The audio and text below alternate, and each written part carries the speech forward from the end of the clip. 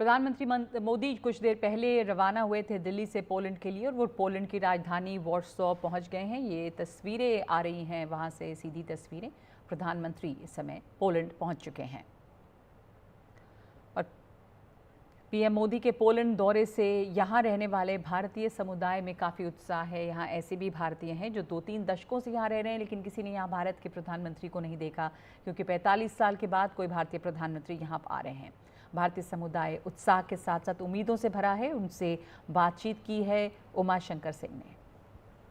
Poland की राजधानी Warsaw की ऊंची इमारतें यहाँ की तरक्की की कहानी कहती हैं, और ये तरक्की जो है ऐसे ही नहीं हुआ है। यहाँ इस तरक्की में भारतीय मूल के बहुत सारे लोगों का भी काफ़ी योगदान रहा है। हमारे साथ भारतीय मूल के 3 मेहमान यहाँ मौजूद हैं वॉर्सो में। सबसे बड़ी बात यह है कि भारतीय प्रधानमंत्री, उनका 45 साल बाद ये दौरा है यहाँ पोलैंड का। तो जब से आप लोग आए तब से तो किसी प्रधानमंत्री को, भारतीय प्रधानमंत्री को आपने यहाँ देखा ही नहीं? नहीं, खाली यहाँ पे प्रेसिडेंट प्रतिभा पाटिल जी आए थे 2009 में, लेकिन पीएम के लेवल पे तो आखिरी मोरारजी देसाई था आए थे यहाँ पे 45 साल पहले। तो अब जब प्रधानमंत्री मोदी का ये दौरा है तो आपकी क्या उम्मीदें हैं और क्या अपेक्षाएं हैं? आपको क्या लगता है कि इस दौरे से क्या कुछ मिलेगा एक भारतीय समुदाय के सदस्य के तौर पे आपको या पूरे भारतीय समुदाय को? पूरे भारतीय समुदाय को एक गौरव की बात है कि हमारे प्रधानमंत्री आज जिस मुकाम पे हैं और जिस मुकाम पे हमारे देश को ले गए हैं पिछले 12 सालों से, तो हमारे लिए तो गौरव की बात है कि उन ऐसी शख्सियत हमारे पास पोलैंड में आ रहे हैं। तो कौन सी आपकी अपेक्षा पूरी होने जा रही है इस दौरे से? देखिए, प्राइम मिनिस्टर के आने से तो 2 देशों का रिलेशन ही बढ़ जाता है।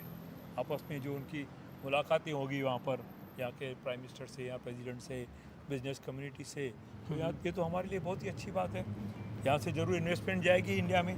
इमीडिएट नीड क्या है भारतीय समुदाय की? किस तरीके से उनको यहाँ आत्मसात करके चला जाता है और क्या और ज़रूरत है जो प्रधानमंत्री के इस दौरे में जिस पे फोकस हो सकता है, जिसको आगे बढ़ाने की बात हो सकती है? देखिए जी, अभी जो सा व्यापार चल रहा है दोनों देश के बीच में, मेरे को पूरी उम्मीद है कि इस विज़िट के बाद वो बढ़ेगा, क्योंकि बिजनेस हमेशा रहता है, लेकिन इस तरह की हाई लेवल विज़िट से भी वो काफ़ी उससे इम्प्रूवमेंट आती है। उसके अलावा जो हमारे आसपास चल रहा है देश के, पोलैंड के देश के पास जो सा यूक्रेन है, उससे भी काफ़ी उम्मीद है कि प्राइम मिनिस्टर जी अगर उसके अंदर कुछ प्रस्ताव रखेंगे तो उम्मीद है कि उससे कुछ फ़र्क पड़ेगा। जी, इनका इशारा है कि जिस तरह से यूक्रेन रूस युद्ध चल रहा है उसका जो एक नेगेटिव इम्पैक्ट पड़ा, जिस तरह से भारतीय समुदाय के जो लोग हैं, जो छात्र हैं यूक्रेन से हज़ारों की तादाद में यहाँ आए और भारतीयों ने भी यहाँ उनको सहारा दिया, यूक्रेन के लोगों को भी सहारा दिया।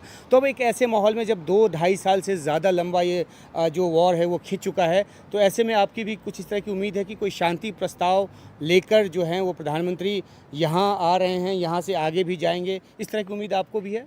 हमको है, सारे डायस्पोरा को, इंडियन, न सिर्फ हमको है, पोलैंड के वासियों को भी आज इस दौरे में हमारे प्रधानमंत्री श्री नरेंद्र मोदी जी को के लिए बहुत बहुत इज्जत है, और उनकी भी यही उम्मीद है कि कुछ शांति प्रस्ताव ज़रूर का मौका मिलेगा। इंपोर्ट करते हैं, एक्सपोर्ट करते हैं चाइना के साथ यहाँ पे, तो आपको पॉलिसी लेवल पे किस तरह की उम्मीद है?